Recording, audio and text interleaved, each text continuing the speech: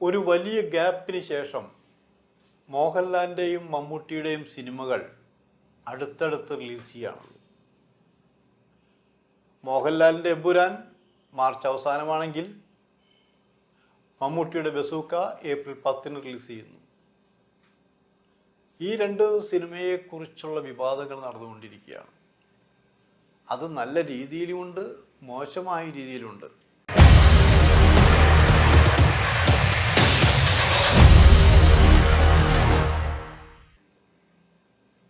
എമ്പുരാൻ്റെ കാര്യം പറയുമ്പോൾ ഇത്രയും പബ്ലിസിറ്റി മലയാള സിനിമയിൽ ഇത്രമാത്രം നമ്മൾ ഓവർ പബ്ലിസിറ്റി എന്നൊക്കെ പറയാറില്ലേ, അങ്ങനെ ഓവർ പബ്ലിസിറ്റിയാണ് ഇപ്പോൾ എമ്പുരാൻ കൊടുത്തുകൊണ്ടിരിക്കുന്നത്.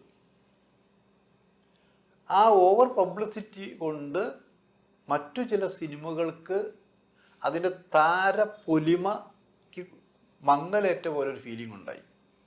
താരപ്പൊലിമ വെച്ചാൽ ബസൂക്ക പരസ്യത്തിൻ്റെ കാര്യത്തിൽ, അതായത് മൗത്ത് പബ്ലിസിറ്റിയുടെ കാര്യത്തിൽ മുന്നിട്ട് നിന്നിരുന്നതാണ്. ഈ എമ്പുരാൻ്റെ ഇത്രയും മെഗാ പബ്ലിസിറ്റി വന്നതിന് ശേഷം ആ പടത്തിന് പബ്ലിസിറ്റി കുറവാണ് എന്ന് മമ്മൂട്ടിയുടെ ആരാധകർ അടക്കം പറഞ്ഞു തുടങ്ങി. അപ്പോൾ ചോദിക്കും, അല്ലെങ്കിൽ മമ്മൂട്ടിയുടെ പടത്തിനൊക്കെ വലിയ പബ്ലിസിറ്റി ഉണ്ടോ? ഇല്ല, മമ്മൂട്ടി തൻ്റെ പടങ്ങൾക്കൊന്നും ആദ്യം വലിയ പബ്ലിസിറ്റി കൊടുക്കാറില്ല. ആ പബ്ലിസിറ്റി കൊടുക്കാതെ പബ്ലിസിറ്റി ഉണ്ടാക്കുക, അതാണ് മമ്മൂട്ടിയുടെ തന്ത്രം. ആ തന്ത്രം ഇതുവരെ പല സിനിമയ്ക്കും ഗുണകരമായിട്ടുണ്ട്.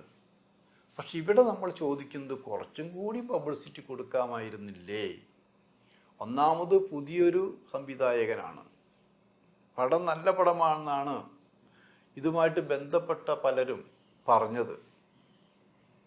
നല്ല പടമാകുമ്പോൾ അതിനനുസരിച്ചുള്ള പബ്ലിസിറ്റി കൊടുക്കണം. മമ്മൂട്ടിയും ഗൗതം മേനോൻ അടക്കമുള്ളവരുണ്ട്, ബാബു ആനുണ്ട്, അങ്ങനെ കുറേ പേരുണ്ട്. അത് താരനിര പറയുകയാണെങ്കിൽ കുറേ പേരുണ്ട് ഇവിടെ. എമ്പുരാൻ സസ്പെൻസ് പലതും ഒളിപ്പിച്ച് വെച്ച പോലെ ബസൂക്കയിലും നിറയെ സസ്പെൻസുകളുണ്ടെന്ന് ആലോചിക്കണം.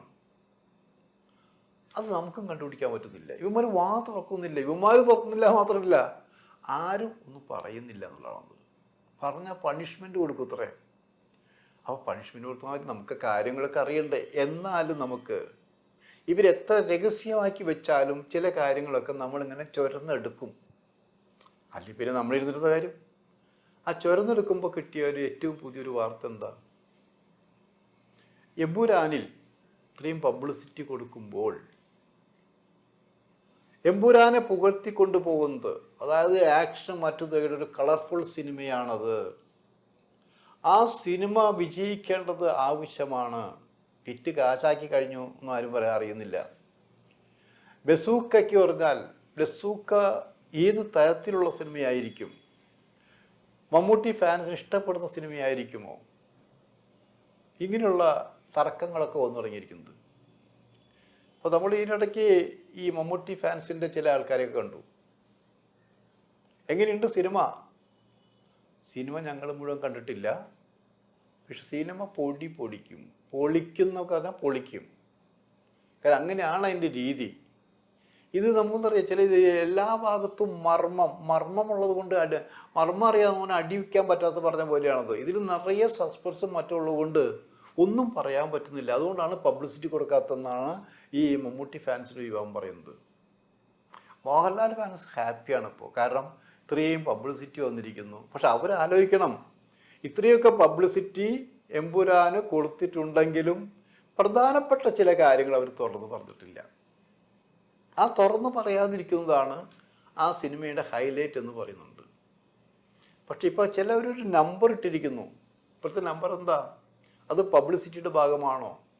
എമ്പുരാൻ സിനിമ കാണാൻ മമ്മൂട്ടി ഫാൻസ് മോഹൻലാൽ ഫാൻസുമായി കൈകോർത്ത് പിടിച്ചിരിക്കുന്നു. അവരാണ് ഈ സിനിമ വിജയിക്കാൻ കൂടി മുന്നിൽ നിൽക്കുന്നത്. പകരം ഇവരെ ബസൂക്കയെ തോൽപ്പിക്കാൻ പോകുന്നു വേറൊരു കിംവദന്തി നടത്തിയിരിക്കുന്നു. ഇതറിഞ്ഞപ്പോഴും മമ്മൂട്ടി ഫാൻസിനെ കണ്ടു. ഞാൻ ചോദിച്ചു, ഇതെന്താ നിങ്ങൾ മമ്മൂട്ടിയോടൊപ്പം നിന്നുകൊണ്ട് മമ്മൂട്ടി സിനിമയ്ക്ക് എതിരാണോ? അങ്ങനെയൊന്നല്ല, ഇതാരോ പടച്ചുണ്ടാക്കണതാണ്. അങ്ങനെ നിങ്ങൾ സിനിമ കാണാതെ അതിനു മുമ്പ് ഇറങ്ങുന്ന ഒരു കാര്യങ്ങളും വിശ്വസിച്ചിട്ട് കാര്യമില്ല. രണ്ട് സിനിമയും അവരിത്ര മമ്മൂട്ടി ഫാൻസുകാർ പറഞ്ഞെങ്ങനെയാണത്, രണ്ട് സിനിമയോട് വിജയിക്കണം ഇറങ്ങാൻ പോകുന്ന എല്ലാ സിനിമകളും വിജയിക്കണം എന്ന പക്ഷക്കാരനാണ് ഞങ്ങൾ. പിന്നെ നമുക്ക് നമ്മുടെ ഒരു വീട്ടിൽ നമ്മുടെ ചേട്ടനോടോ ചേച്ചിയോടോ അച്ഛനോടോ അമ്മയോടോ സ്നേഹമുണ്ട് അല്ലേ? അത് അവരെ സ്നേഹിക്കുന്ന പോലെ നമുക്ക് പുറത്തുള്ള ഒരാളെ സ്നേഹിക്കാൻ പറ്റുമോ? അതാണ് അവസ്ഥ. ഇപ്പോൾ മോഹൻലാൽ ഫാൻസിന് മമ്മൂക്കയുടെ സിനിമയെ പഴയ പോലെ സ്നേഹിക്കാൻ പറ്റുമോ? അതുപോലെ ഞങ്ങളുടെ മമ്മൂക്കയുടെ സിനിമ വിട്ട് മോഹൻലാൽ സിനിമയെ അത്ര പക്കമായി സ്നേഹിക്കാൻ പറ്റുമോ? സിനിമ കണ്ട് അഭിപ്രായ വ്യത്യാസമൊക്കെ ഉണ്ടായിരിക്കാം. പക്ഷേ ഈ കേട്ടുകേൾവിയൊന്നും വിശ്വസിക്കരുത്. ഇങ്ങനെ പറയുമ്പോഴും അടിയൊഴുക്കുകൾ ഉണ്ടാക്കിക്കൊണ്ടിരിക്കുകയാണ് ഇവിടെ. കാരണം ഇതുവരെ വിജയിച്ച് നിൽക്കുന്നത് സിനിമയിലും വ്യത്യസ്ത കഥാപാത്രങ്ങളിലും എല്ലാം വിജയിച്ച് നിൽക്കുന്നത് മമ്മൂട്ടിയാണെന്ന് ആലോചിക്കണം. അങ്ങനെയുള്ള മമ്മൂട്ടി ഹാട്രിക്ക് നേടുന്നു എന്ന് പറഞ്ഞ പോലെ ഈ ബസൂക്കയും വൻ വിജയമാകാതിരിക്കാൻ വേണ്ടി ചില അടിയൊഴുക്കുകൾ ഉണ്ടാക്കിക്കൊണ്ടിരിക്കുന്നു ഇവിടെ ചിലരെന്ന് ആലോചിക്കണം. അത് ആരും ആയിക്കൊള്ളട്ടെ. ഒരുപക്ഷെ മോഹൻലാൽ ഫാൻസ് എന്ന് പറയുന്നവരുണ്ടായിരിക്കാം, അല്ലെ മറ്റു ചില മമ്മൂട്ടി ഡേറ്റ് കൊടുക്കാത്തവരുണ്ടായിരിക്കുന്നതായിരിക്കാം. ആര് പറഞ്ഞാലും തിയേറ്ററിൽ എത്തുന്നതിന് മുൻപ് നമുക്ക് എന്ത് വിധിയും പറയാം. പക്ഷെ തിയേറ്ററിൽ നിങ്ങൾ പോയി ആദ്യത്തെ ഷോ കഴിയുമ്പോൾ അറിയാം ഒരു സിനിമയുടെ ഗതി എന്താണെന്നുള്ളത്. അപ്പോൾ നിങ്ങൾ ചോദിക്കുക, അങ്ങനെയൊന്നും പറയാൻ പറ്റില്ല. തിയേറ്ററിൽ ഒരാഴ്ച കളിച്ച് ആളില്ലാത്ത സിനിമ പിന്നീട് ഹിറ്റായി ഓടിയിട്ടുണ്ട്. ഞാൻ ഇല്ല എന്ന് പറയുന്നില്ല. മഞ്ഞിൽ വിരിഞ്ഞ പൂക്കളല്ലേ, ശരിയാണ്. മഞ്ഞിൽ വിരിഞ്ഞ പൂക്കൾ ഞങ്ങളൊക്കെ കാണാൻ പോകുമ്പോൾ 5-10 പേര് മാത്രമായിരുന്നു അന്നത്തെ തിയേറ്ററിൽ. അതെന്താ, അത് നവോദയ അപ്പച്ചനും ഗ്രൂപ്പുമായതുകൊണ്ട് അതിന് പബ്ലിസിറ്റി കൊടുത്ത് ഞെക്കി പഴിപ്പിച്ചെടുത്ത് വൻ ഹിറ്റാക്കി മാറ്റിയെന്ന് ആലോചിക്കണം. അങ്ങനെയും ഒരു ചരിത്രം ഈ സിനിമയ്ക്കുണ്ടായിരുന്നു. അങ്ങനെ ചില സിനിമകൾ നമുക്ക് പബ്ലിസിറ്റി കൊണ്ട് പൊക്കിയെടുത്ത് നന്നാക്കാൻ പറ്റും. അപ്പോഴതിൻ്റെ ക്വാളിറ്റി കുറയുന്നില്ല. സിനിമയുടെ ക്വാളിറ്റി നിലനിർത്തണമെങ്കിൽ കുറേ പേര് ഇത് കാണണമെന്നുള്ളതാണത്. അങ്ങനെ വരുമ്പോഴാണ് ഈ ബസൂക്ക ഒരു മിനിമം ഗ്യാരണ്ടിയുള്ളൊരു സിനിമയാണെന്ന് ആലോചിക്കണം. മമ്മൂട്ടിയും ഗൗതം വാസുദേവനും ഒക്കെ കലക്കിയിട്ടുണ്ട്. ബാബു അരുണി മോശമൊന്നുമില്ല. അങ്ങനെ കുറേ പേരുണ്ട് ഇവിടെ എന്ന് ആലോചിക്കണം. അപ്പം അങ്ങനെ വരുമ്പോൾ കലൂർ ഡെന്നീസിൻ്റെ മകൻ ഡിനോ ഡെന്നീസ് എഴുതി സംവിധാനം ചെയ്ത് കഷ്ടപ്പെട്ടൊരു സിനിമ. മമ്മൂട്ടി ഒരു താങ്ങും തണലുമായി നിന്നുകൊണ്ട് ഈ യുവ സംവിധാനം വളർത്തിയെടുക്കാൻ കാണിച്ച സന്മനസ് വെറുതെയല്ല, കഴിവുണ്ട് എന്ന് മനസ്സിലാക്കിക്കൊണ്ട് തന്നെയാണെന്ന് ആലോചിക്കണം.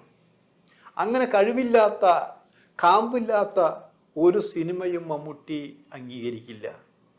അപ്പോൾ പിന്നെ നമ്മളീ പുറത്ത് കേൾക്കുന്ന കാര്യങ്ങളൊക്കെ എന്താ, അത് നിസ്സാരമാണത്, അത് അസൂയാണത്.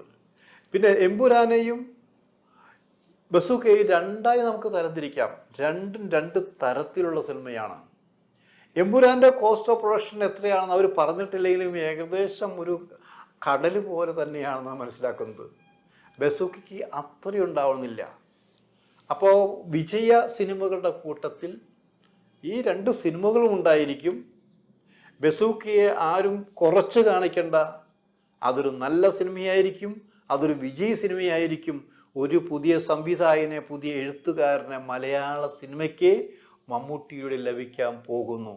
അപ്പം അതുകൊണ്ട് ഏപ്രിൽ 10 ബസൂക്ക റിലീസ് ചെയ്യും. അതൊരു നല്ല സിനിമയാണ് എന്ന കാഴ്ചപ്പാടോട് തന്നെ കാണുക, വരിക, ചർച്ച ചെയ്യുക.